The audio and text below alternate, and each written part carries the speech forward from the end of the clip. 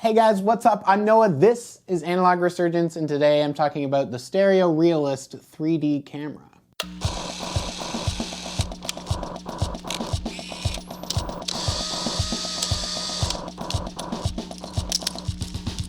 This is legendary Hollywood icon Bob Hope. This is Bob Hope holding a STEREO-REALIST camera. This double lens camera was able to take 3D pictures using 35mm film, and judging by these old ads, a ton of people in Hollywood loved this thing. Here it is in the hands of John Wayne, Vincent Price, Joan Crawford, Charlton Heston, and maybe the biggest fan of the camera, silent film star legend Harold Lloyd. So the STEREO-REALIST was a camera designed by a man named Seton Rochwhite in 1947, and it went on to become the biggest selling 3D stereo camera of all time. Previously, in the 1930s, stereo photography, which was the method of taking two images at the same time in order to create 3D pictures, was pretty much limited to only large format cameras. Rochwhite became interested in stereo photos in 1929 when he saw some stereoscopic slides that his boss had taken on glass plates. Seeing these stereo images himself inspired Rochwhite to make his own stereo camera in 1930. And this early stereo camera that he created was made out of two Kodak box cameras. And in the 1930s, when Kodak introduced their now famous but discontinued color slide film Kodachrome,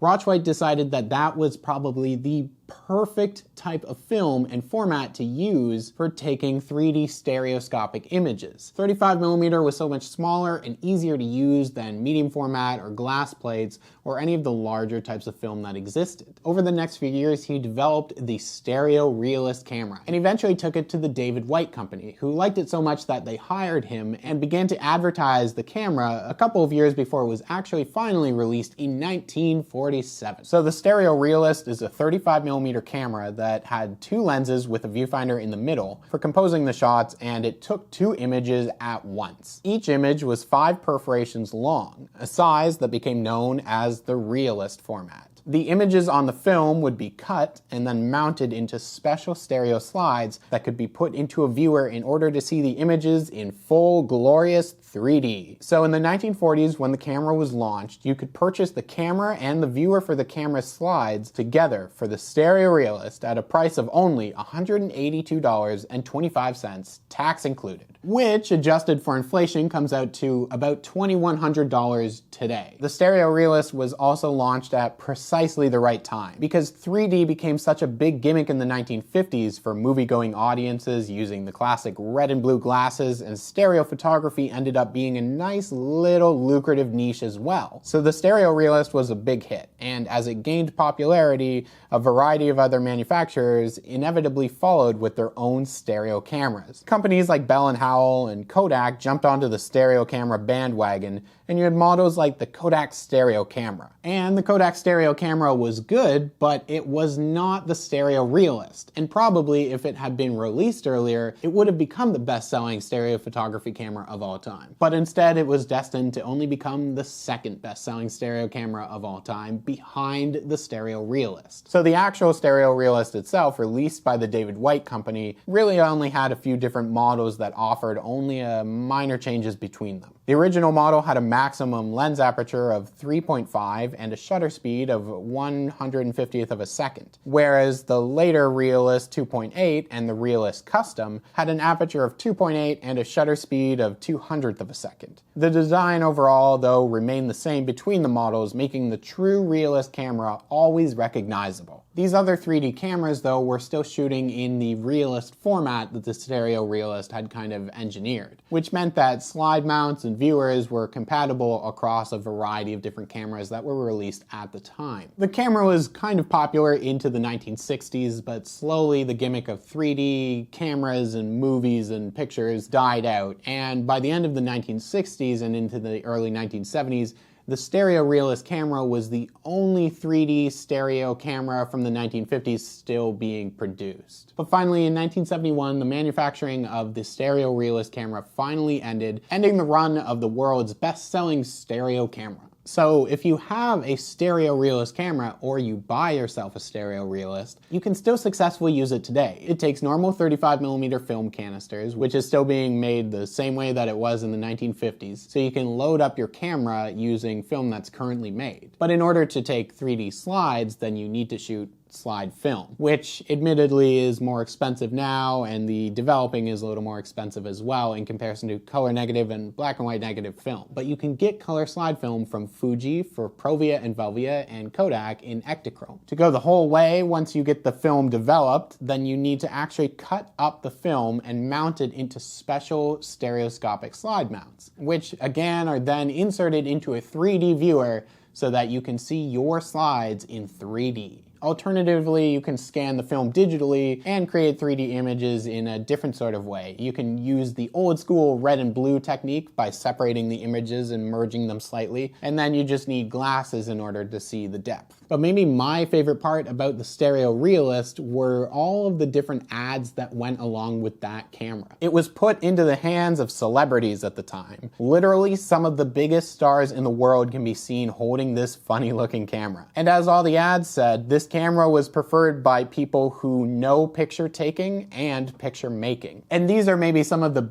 biggest endorsements for a camera ever. As I mentioned earlier, silent film star legend Harold Lloyd loved this camera and famously took pictures of celebrities with it. He even put out books like 3D Hollywood that have prints of his pictures that you could view with glasses for the 3D effect. And that's how I learned about this camera. Years and years ago, my father had a copy of that book, the Hollywood in 3D picture book by Harold Lloyd, which came with a pair of special glasses that merged the images together on the page so then you could see them in 3D. Harold Lloyd also put out another book which was Hollywood Nudes in 3D, which I don't remember my father having, but was maybe on another bookshelf. Now on the channel, I've also previously looked at another 3D camera, the Nishika. And the Nishika has become much more popular in the past few years in order for people to create a gimmicky 3D effect as well, just by shooting 35mm film. But the Nishika and the STEREO-REALIST do things differently. See, the Nishika takes 4 images at once, whereas the STEREO-REALIST only takes 2 images at once. And the Nishika's 4 images are meant to kind of be combined and originally printed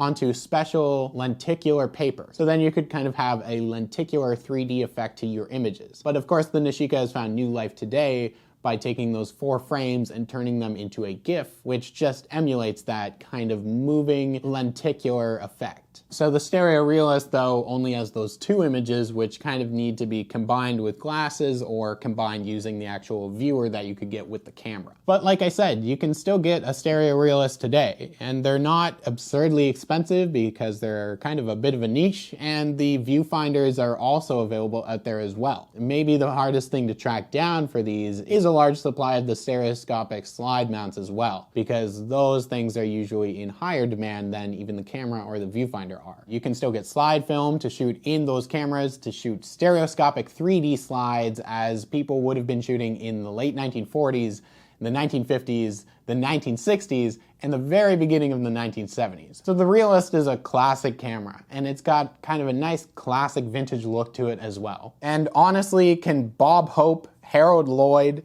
John Wayne, Nancy Olson, Randolph Scott, Vincent Price, Joan Crawford, Charlton Heston, Doris Day, Gregory Peck, Ruth Romaine, Ann Sothern, Edgar Bergen and Charlie McCarthy, Billy Wilder and William Holden, Fred Astaire, James Cagney and Frank Capra really be wrong about a camera? After all, these are people who know picture taking and picture making. Hey, thank you guys so much for watching, and that video was recorded a little while ago, but it's kind of just going up now. Subscribe if you haven't done so already. The link's in the description for the Patreon. There's information for the P.O. box for the channel. And I have some mail to go through, actually. So this first one comes to me from Travis in Crescent City, Florida. He sent me a letter, and he sent me a roll of Kirkland brand film. And this is just some like consumer cheap 35mm film, and I've talked about like consumer film on the channel before, and it's interesting to show off some of this stuff, and a lot of the time it's just like rebranded film that places would sell for cheap. Dear Noah, enclosed with this letter you will find the following item: one 35mm roll of Kirkland signature film. The film's expiration date was January of 2002. Based on my shooting with it so far, it may have a radical cyan color shift after processing. This film was manufactured by Agfa Film Company and made in Germany. It was commonly sold at Costco supermarkets. In keeping up with the spirit of analog technology, I've written this letter on my 1942 Smith Corona typewriter. Please enjoy shooting this film stock and looking forward to more analog Resurgence videos. Very respectfully, Travis. And you can find him on Instagram as the Celluloid Alchemist, and I will throw a link to his Instagram in the description below. So this is a big one. This comes from Carter here in Ontario, in Sault Ste. Marie, Ontario. You can check out his link in the description for the Instagram because he does some really cool like experimental stuff, and he sent along some stuff. So there's 2 rolls of Vision 3 250D cinema film. This stuff has remjet on it, so I can't send it to a normal lab, which means he's offered to do the developing himself, or I can try and do some home developing as well and show off the removal of the remjet stuff on Vision 3 color negative cinema film. And this other stuff is 0.06, incredibly low ISO rapid process copy film that's going to be crazy weird to shoot. A twin pack of Kodamatic instant color film. This is for the discontinued, long dead Kodak instant camera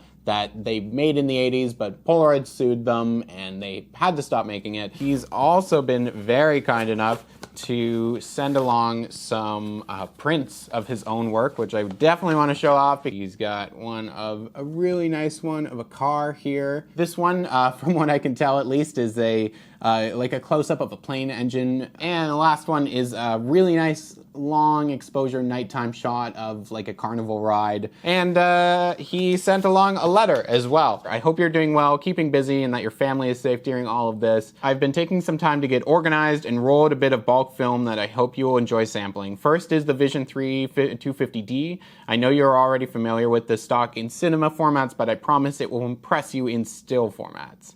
The other 2 rolls I've included are a technical archive film, Kodak Rapid Process Copy Film. This is a bizarre emulsion meant for making one-step positives in order to copy documents already on microfilm. And finally, I suspect it's the first thing you noticed upon opening the box, is the Kodamatic Instant Film. Please, please do not get your hopes up. I'm always getting my hopes up. This packet expired in 1985. As you've related in your videos on the subject, Kodamatic production was shut down shortly after this, making 1985 the second last known year of Kodamatic production.